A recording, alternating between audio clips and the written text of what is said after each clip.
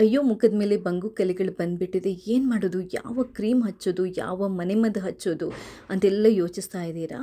ಇವತ್ತು ನಾನು ಹೇಳುವಂಥ ಈ 2 ಸಿಂಪಲ್ ಟಿಪ್ಸ್ ಫಾಲೋ ಮಾಡಿ ಶಾಶ್ವತವಾಗಿ ಬಂಗು ಕಲೆಗಳಿಂದ ದೂರ ಇರಿ. ಹಲೋ, ನಮಸ್ತೆ ಎಲ್ರಿಗೂ. ಕನ್ನಡದಲ್ಲಿ ಮುಖ ನೋಡ್ತೀರಾ, ಬಂಗು ಮಾರ್ಕ್ ಬೀಳಲಿಕ್ಕೆ ಶುರುವಾಗಿದೆ. ಟೆನ್ಷನಾಗಿ ಹೋಗುತ್ತೆ ನಿಮಗೆ. ಅಯ್ಯೋ ದೇವ್ರೆ, ಬಂಗು ಮಾರ್ಕ್ ಬರ್ತಾ ಇದೆಯಲ್ಲ, ಏನು ಮಾಡೋದು, ಪರಿಹಾರ ಏನು, ಅದಕ್ಕೆ ಯಾವ ಕ್ರೀಮ್ ಹಚ್ಚೋದು, ಅಥವಾ ಮನೇಲಿ ಏನಾದರೂ ಮನೆ ಮದ್ದಿದೆಯಾ ಅಂತ ತುಂಬ ಸರ್ಚ್ ಮಾಡ್ತಾ ಇರ್ತೀರಾ. ಅದು ಯಾವುದೂ ಬೇಡ. ಇವತ್ತು ನಾನು ಹೇಳುವಂಥ ಈ 2 ಸಿಂಪಲ್ ಟಿಪ್ಸನ್ನು ಫಾಲೋ ಮಾಡಿ ನಿಮ್ಮ ಬಂಗು ಮಾರ್ಕ್ ಬೀಳೋದು ಕೂಡ ತಪ್ಪುತ್ತೆ, ಅದು ಜಾಸ್ತಿ ಆಗೋದು ಕೂಡ ಕಮ್ಮಿ ಆಗುತ್ತೆ. ಇನ್ನೊಂದೇನು ಅಂತಂದರೆ ಫ್ಯೂಚರಲ್ಲಿ ಕೂಡ ನಿಮಗೆ ಬಂಗು ಮಾರ್ಕ್ ಕಂಪ್ಲೀಟಾಗಿ ಸ್ಟಾಪ್ ಆಗೋಗುತ್ತೆ. ನಿಮ್ಗೇನಾದರೂ ತುಂಬ ಜಾಸ್ತಿ ಇದೆ ಅಂದರೆ, ಮುಂಚಿನಿಂದಲೂ ಇದೆ ಅಂತಂದರೆ ನೀವು ಡಾಕ್ಟ್ರ್ ಹತ್ರ ತೋರಿಸೋದು ಒಳ್ಳೆಯದು. ಆದರೆ ಇವಾಗಷ್ಟೇ ಶುರುವಾಗಿದೆ, ಲೈಟ್ ಆಗಿದೆ, ನಾನು ಏನಾದರೂ ಮಾಡಬೇಕು ಅನ್ನೋರಿಗೆ ಈ ವಿಡಿಯೋನ ಪೂರ್ತಿಯಾಗಿ ನೋಡಿ. ಮೊದಲನೇದಾಗಿ ಬಂಗು ಮಾರ್ಕ್ ಯಾಕೆ ಬರುತ್ತೆ? ಸೂರ್ಯನ ಬಿಸಿಲಿಗೆ ನಾವು ಮುಖಕ್ಕೇನು ಹಚ್ಕೊಳ್ಳೋದೆ ಅಂದರೆ, ಒಂದು ಕ್ರೀಮು ಹಚ್ಕೊಳ್ಳೋದೆ, ಸನ್ಸ್ಕ್ರೀನ್ ಲೋಷನ್ ಕೂಡ ಹಚ್ಕೊಳ್ಳೋದೆ, ಡೈರೆಕ್ಟಾಗಿ ಹೋಗ್ತೀವಲ್ವ, ಅದೇ ಮೇನ್ ಕಾರಣ, ಅದೇ ಮುಖ್ಯ ಕಾರಣ ಬಂಗು ಮಾರ್ಕ್ ಬರಲಿಕ್ಕೆ. ಹಾಗಾದರೆ ಏನು ಮಾಡಬೇಕು? ಇವತ್ತು 2 ಟಿಪ್ಸನ್ನು ಹೇಳ್ತಾ ಇದ್ದೀನಿ. ಒಂದು, ನಾವು ಪರ್ಮನೆಂಟಾಗಿ ಬರೋದಾಗ ಹೇಗೆ ಮಾಡೋದು, ಇನ್ನೊಂದು ಬಂದಿರೋದನ್ನು ನಾವು ನಿಧಾನಕ್ಕೆ ಕಮ್ಮಿ ಮಾಡೋದು ಹೇಗೆ. ಮೊದಲನೇದಾಗಿ ಪರ್ಮನೆಂಟಾಗಿ ನಿಮಗೆ ಬಂಗು ಮಾರ್ಕ್ ಬರಬಾರ್ದು ಅಂತಂದರೆ ನೀವಿದೆಯಲ್ವಾ, ನೀವು ಸ್ಕಿನ್ ಕೇರ್ ಮಾಡಬೇಕು. ಸ್ಕಿನ್ ಕೇರ್ ಅಂತಂದರೆ ಏನು, ಯಾವ ಥರ ಮೇಂಟೈನ್ ಮಾಡಬೇಕು?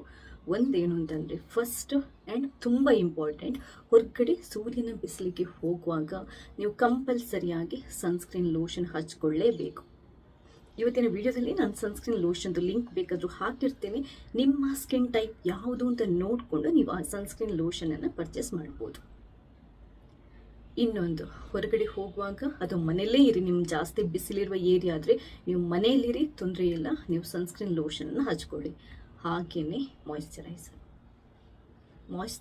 ಆ್ಯಂಡ್ ಸನ್ಸ್ಕ್ರೀನ್ ಲೋಷನನ್ನು ನೀವು ಕಂಪಲ್ಸರಿಯಾಗಿ ಡೈಲಿ ಹಚ್ಚಲಿಕ್ಕೆ ಶುರು ಮಾಡಿದರೆ ಫ್ಯೂಚರಲ್ಲಿ ಇದೆಯಲ್ವ, ನಿಮಗೆ ಬಂಗು ಮಾರ್ಕ್ ಅಥವಾ ಬಂಗು ಕಲೆಗಳು ಬರುತ್ತೆ ಅನ್ನುವಂಥ ಟೆನ್ಷನನ್ನು ಬಿಟ್ಬಿಡ್ಬೋದು.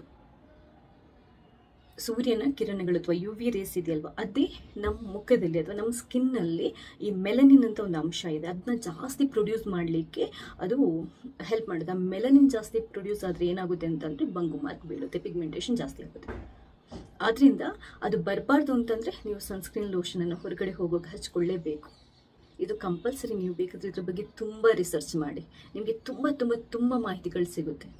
ಬಂಗು ಮಾರ್ಕಿಗೆ ಮುಖ್ಯ ರೀಸನ್ ನಾವು ಸ್ಕಿನ್ ಕೇರನ್ನು ಅಥವಾ ಸ್ಕಿನ್ ಕೇರ್ ಮಾಡದೇ ಇರೋದು. ಹೊರಗಡೆ ಹೋಗೋದು, ಡೈರೆಕ್ಟಾಗಿ ಹೋಗೋದು, ಯಾವುದೂ ಕ್ರೀಮ್ ಹಚ್ಚಲ್ಲ, ಏನಾಗಲ್ಲ ಬಿಡ್ರಿ ಅಂತ ತುಂಬ ಜನ ಹೇಳ್ತಾರೆ. ಆದರೆ ಅದು ಸುಳ್ಳು. ಏನಾಗಲ್ಲ ಬಿಡ್ರಿ ಅಲ್ಲ, ನಿಜವಾಗ್ಲೂ ಹೊಟ್ಟೆಗೆ ನಾವು ಹೇಗೆ ಆಹಾರ ತಿಂತೀವೋ ಮುಖಕ್ಕೆ ಕೂಡ ಅದೇ ಥರ, ಅಥವಾ ಸ್ಕಿನ್ಗೆ ಕೂಡ ಅದೇ ಥರ ಮಾಲಿಷ್ ಮಾಡಬೇಕು, ಆವಾಗಲೇ ಸ್ಕಿನ್ ಸೂಪರ್ ಆಗಿರೋದು.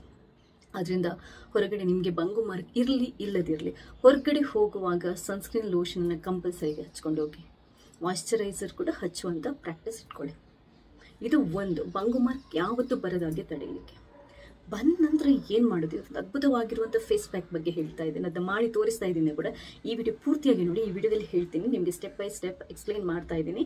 ಇದನ್ನ ಮಾಡೋದಕ್ಕೆ ನಮಗೆ ಬೇಕಾಗಿರೋದು ಕೆಲವು ನಮ್ಮ ಅಡುಗೆ ಮನೆಯಲ್ಲೇ ಇರುವಂಥ ತುಂಬಾ ಸಿಂಪಲ್ ಆಗಿರುವಂಥ ಇಂಗ್ರೀಡಿಯೆಂಟ್ಸ್. ಇದನ್ನು ವಾರಕ್ಕೆ 2 ಸರಿ ನೀವು ಮುಖಕ್ಕೆ ಹಚ್ಚಿ ಮುಖನ ತೊಳೆದ್ರೆ ಸಾಕು, ಬಂದಿರೋ ಬಂಗು ಮಾರ್ಕ್ ಕೂಡ ನಿಧಾನಕ್ಕೆ ಕಮ್ಮಿ ಆಗ್ತಾ ಬರುತ್ತೆ. ಹಾಗಂತ ಇವತ್ತು ಹಚ್ಚಿದ್ರೆ ನಾಳೆ ಕಮ್ಮಿ ಆಗಲ್ಲ. ಅಟ್ಲೀಸ್ಟ್ ನೀವು 1 ರಿಂದ 2 ತಿಂಗಳು ಟ್ರೈ ಮಾಡಲೇಬೇಕು. ಜಾಸ್ತಿ ಇದ್ದರೆ ಇನ್ನೂ ಜಾಸ್ತಿ ಟ್ರೈ ಮಾಡಿ, ಇನ್ನೂ ಜಾಸ್ತಿ ಟೈಮ್ ಟ್ರೈ ಮಾಡಿ.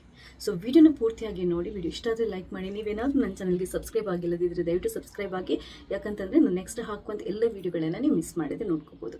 ಥ್ಯಾಂಕ್ಸ್ ಎಲ್ರಿಗೂ. ಹಾಗಾದರೆ ಬಂಗು ಕಲೆಗಳನ್ನು ಶಾಶ್ವತವಾಗಿ ದೂರ ಮಾಡುವಂಥ ಈ ಅದ್ಭುತವಾಗಿರುವಂಥ ಫೇಸ್ ಪ್ಯಾಕನ್ನು ಹೇಗೆ ಸಿಂಪಲ್ಲಾಗಿ ಮನೆಯಲ್ಲಿ ರೆಡಿ ಮಾಡ್ಕೋಬೋದು ಅನ್ನೋದನ್ನು ಹೇಳ್ತಾ ಇದ್ದೀನಿ ನೋಡಿ. ಮೊದಲಿಗೆ 1 ತುಂಡು ಆಲೂಗಡ್ಡೆನ ತಗೊಳ್ಳಿ.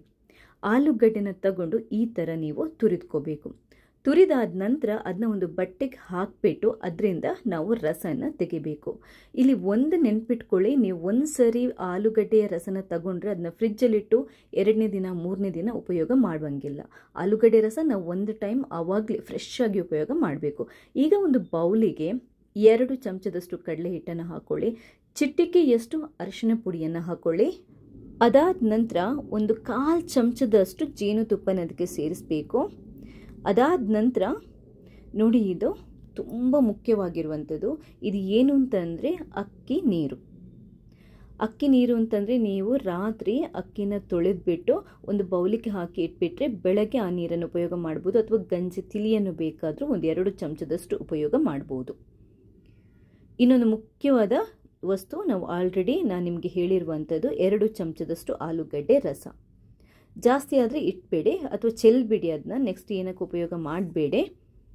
ಇಷ್ಟನ್ನು ಹಾಕಿಬಿಟ್ಟು ಇದನ್ನ ಚೆನ್ನಾಗಿ ಕಲಿಸ್ಕೋಬೇಕು. ಆಲೂಗಡ್ಡೆ ರಸದಲ್ಲಿ ನಮ್ಮ ಮುಖನ ಅಥವಾ ಸ್ಕಿನ್ನನ್ನು ಬೆಳ್ಳಗೆ ಮಾಡುವಂಥ ಅಂಶಗಳಿರುತ್ತೆ. ಹಾಗೆಯೇ ಅಕ್ಕಿ ನೀರಲ್ಲಿ ಸ್ಕಿನ್ನನ್ನು ಬ್ಲೀಚ್ ಮಾಡುವಂಥ, ಸ್ಕಿನ್ನಿಗೆ ಹೊಳಪು ಕೊಡುವಂಥ, ನೆರಿಗೆಗಳನ್ನು ಕಮ್ಮಿ ಮಾಡುವಂಥ, ಸುಕ್ಕನ್ನು ಕಮ್ಮಿ ಮಾಡುವಂಥ ಅಂಶಗಳಿರುತ್ತೆ. ಹಾಗೆಯೇ ಜೇನುತುಪ್ಪ ನಿಮ್ಮ ಸ್ಕಿನ್ಗೆ ಬೇಕಾಗಿರುವಂಥ ಎಲ್ಲ ಪೋಷಕಾಂಶಗಳನ್ನು ಕೊಡುತ್ತೆ. ಹಾಗೆ ಇನ್ನೊಂದು ಏನು ಅಂತಂದರೆ ನಾವು ಉಪಯೋಗ ಮಾಡಿರುವಂಥದ್ದು ಅರಿಶಿಣ ಪುಡಿ. ಅದು ನಿಮಗೆ ಆ್ಯಂಟಿ ಆಕ್ಸಿಡೆಂಟ್ ಆಗಿ ಆ್ಯಂಟಿ ಇನ್ಫ್ಲಮೇಟ್ರಿ ಆಗಿ ಕೆಲಸ ಮಾಡುತ್ತೆ. ಸ್ಕಿನ್ನಲ್ಲಿ ಏನಾದರೂ ರ್ಯಾಷಸ್ ಅಥವಾ ಏನಾದರೂ ಇನ್ಫ್ಲಮೇಷನ್ ಆಗಿದ್ರೆ ಅದನ್ನ ಕಮ್ಮಿ ಮಾಡುತ್ತೆ. ಕಡಲೆ ಹಿಟ್ಟು ಏನು ಅಂತಂದರೆ ನಮ್ಮ ಡೆಡ್ ಸ್ಕಿನ್ನನ್ನು ರಿಮೂವ್ ಮಾಡಿ ಸ್ಕಿನ್ನನ್ನು ಬ್ರೈಟ್ ಮಾಡಿ ವೈಟ್ ಆಗಿ ಸಾಫ್ಟ್ ಆಗಿರೋ ಥರ ನೋಡುತ್ತೆ. ಈ ಪೇಸ್ಟನ್ನು ನೀವು ಏನು ಅಂತಂದರೆ ಮುಖನ ತೊಳೆದ್ಬಿಟ್ಟು ಬಂಗು ಕಲೆಗಳು ಎಲ್ಲಿದೆ ಅಲ್ಲಿ ಹಚ್ಕೋಬೇಕು. ಅಲ್ಲಿ ಹಚ್ಕೊಂಡು ಅದು ಪೂರ್ತಿ ಮುಖಕ್ಕೂ ಹಚ್ಕೋಬೋದು, ಕುತ್ತಿಗೆಗೂ ಹಚ್ಕೋಬೋದು, ಏನೂ ತೊಂದರೆ ಇಲ್ಲ. ಹಚ್ಕೊಂಡು ಒಂದು 10 ರಿಂದ 15 ನಿಮಿಷ ಬಿಟ್ಟು ಉಗುರು ಬೆಚ್ಚಗಿನ ನೀರು ಅಥವಾ ತಣ್ಣೀರಲ್ಲಿ ನಾವು ತೊಳ್ಕೋಬೇಕು. ತೊಳ್ಕೊಳ್ಳೋಕ್ಕಿಂತ ಮುಂಚೆ ಅದು ಸ್ವಲ್ಪ ಡ್ರೈ ಆಗಿರುತ್ತಲ್ವ, ಕೈಗೊಂಚೂರು ನೀರಿನ ಪಸೆ ಸೇರಿಸಿ ಒಂದು ಸ್ವಲ್ಪ ಸ್ಕ್ರಬ್ ಮಾಡಬೇಕು. ನೋಡಿ, ಈ ಥರ ಮುಖಕ್ಕೆ ಒಂಚೂರು ಸ್ಕ್ರಬ್ ಮಾಡಬೇಕು. ತುಂಬ ತಿಕ್ಕಿ ಅಲ್ಲ, ನಿಧಾನಕ್ಕೆ ನಾವು ಸ್ಕ್ರಬ್ ಮಾಡಬೇಕು. ಯಾವುದೇ ಕಾರಣಕ್ಕೆ ನಮ್ಮ ಮುಖನ ನಾವು ಉಜ್ಜಿ ಜಾಸ್ತಿ ಇದರಿಂದ ಸ್ಕ್ರಬ್ ಮಾಡಬಾರ್ದು. ಯಾಕಂತಂದರೆ ಸ್ಕಿನ್ ರ್ಯಾಷಸ್ ಅಥವಾ ಡ್ಯಾಮೇಜ್ ಆಗುವಂಥ ಚಾನ್ಸಸ್ ಇರುತ್ತೆ. ಇನ್ನೊಂದು ಏನು ಅಂತಂದರೆ, ಒಂದು ವೇಳೆ ಕೆಲವರಿಗೆ ಅರಿಶಿನ ಅಷ್ಟು ಉಗಿ ಬರಲ್ಲ, ಆವಾಗ ನೀವು ಅದನ್ನ ಅವಾಯ್ಡ್ ಮಾಡ್ಬೋದು. ಮುಖಕ್ಕೆ ಹಚ್ಚೋಕ್ಕಿಂತ ಮುಂಚೆ ಕೈಗೆ ಹಚ್ಕೊಂಡು ಚೆಕ್ ಮಾಡ್ಕೊಳ್ಳಿ. 10-15 ನಿಮಿಷ ಬಿಟ್ಟು ನಿಮಗೇನು ಇರಿಟೇಷನ್ ಆಗಿಲ್ಲ, ಸೇಫ್ ಟು ಯೂಸ್ ಅಂತ ಅನ್ನಿಸಿದರೆ ಮಾತ್ರ ನೀವು ಮುಖಕ್ಕೆ ಹಚ್ಕೊಳ್ಳಿ. ಇದೆಲ್ಲ ನ್ಯಾಚುರಲ್ ಇಂಗ್ರೀಡಿಯೆಂಟ್ಸ್ ಆಗಿರೋದ್ರಿಂದ ಏನೂ ಪ್ರಾಬ್ಲಮ್ ಇಲ್ಲ. ಆರಾಮ್ಸೆ ಯಾರು ಬೇಕಾದರೂ ಇದನ್ನ ಉಪಯೋಗ ಮಾಡ್ಬೋದು. ಮುಖವನ್ನು ತೊಳ್ಕೊಂಡಾದ ನಂತರ ಒರೆಸ್ಕೊಂಡು ಯಾವುದಾದ್ರೂ ಅತ್ಯುತ್ತಮವಾಗಿರುವಂಥ ಮಾಯ್ಶ್ಚರೈಸರನ್ನು ಹಚ್ಕೊಳ್ಳಿ. ಹೊರಗಡೆ ಹೋಗುವಾಗ ಕಂಪಲ್ಸರಿಯಾಗಿ ಸನ್ಸ್ಕ್ರೀನ್ ಲೋಷನನ್ನು ಹಚ್ಕೊಳ್ಳಿ. ಸನ್ಸ್ಕ್ರೀನ್ ಲೋಷನ್ ಮತ್ತು ಮಾಯ್ಶ್ಚರೈಸರ್ದು ಲಿಂಕ್ ಬೇಕಾದರೆ ಹಾಕಿರ್ತೇನೆ. ನಿಮ್ಮ ಸ್ಕಿನ್ನಿಗೆ ಒಗ್ಗುವಂಥದ್ದನ್ನು ನೀವು ಬೈ ಮಾಡ್ಬೋದು. ಇನ್ನೊಂದು ಏನು ಅಂತಂದರೆ, ವಾರಕ್ಕೆ 1-2 ಸರಿ ಮಾಡಿದರೆ ಸಾಕು, ಜಾಸ್ತಿ ಬೇಡ. 1 ತಿಂಗಳು ಟ್ರೈ ಮಾಡಿ, 2 ತಿಂಗಳು ಟ್ರೈ ಮಾಡಿ, ಆಮೇಲೆ ನಂಗೆ ನಿಮ್ಮ ರಿಸಲ್ಟ್ ಹೇಳಿ. ಥ್ಯಾಂಕ್ಸ್ ಎಲ್ರಿಗೂ.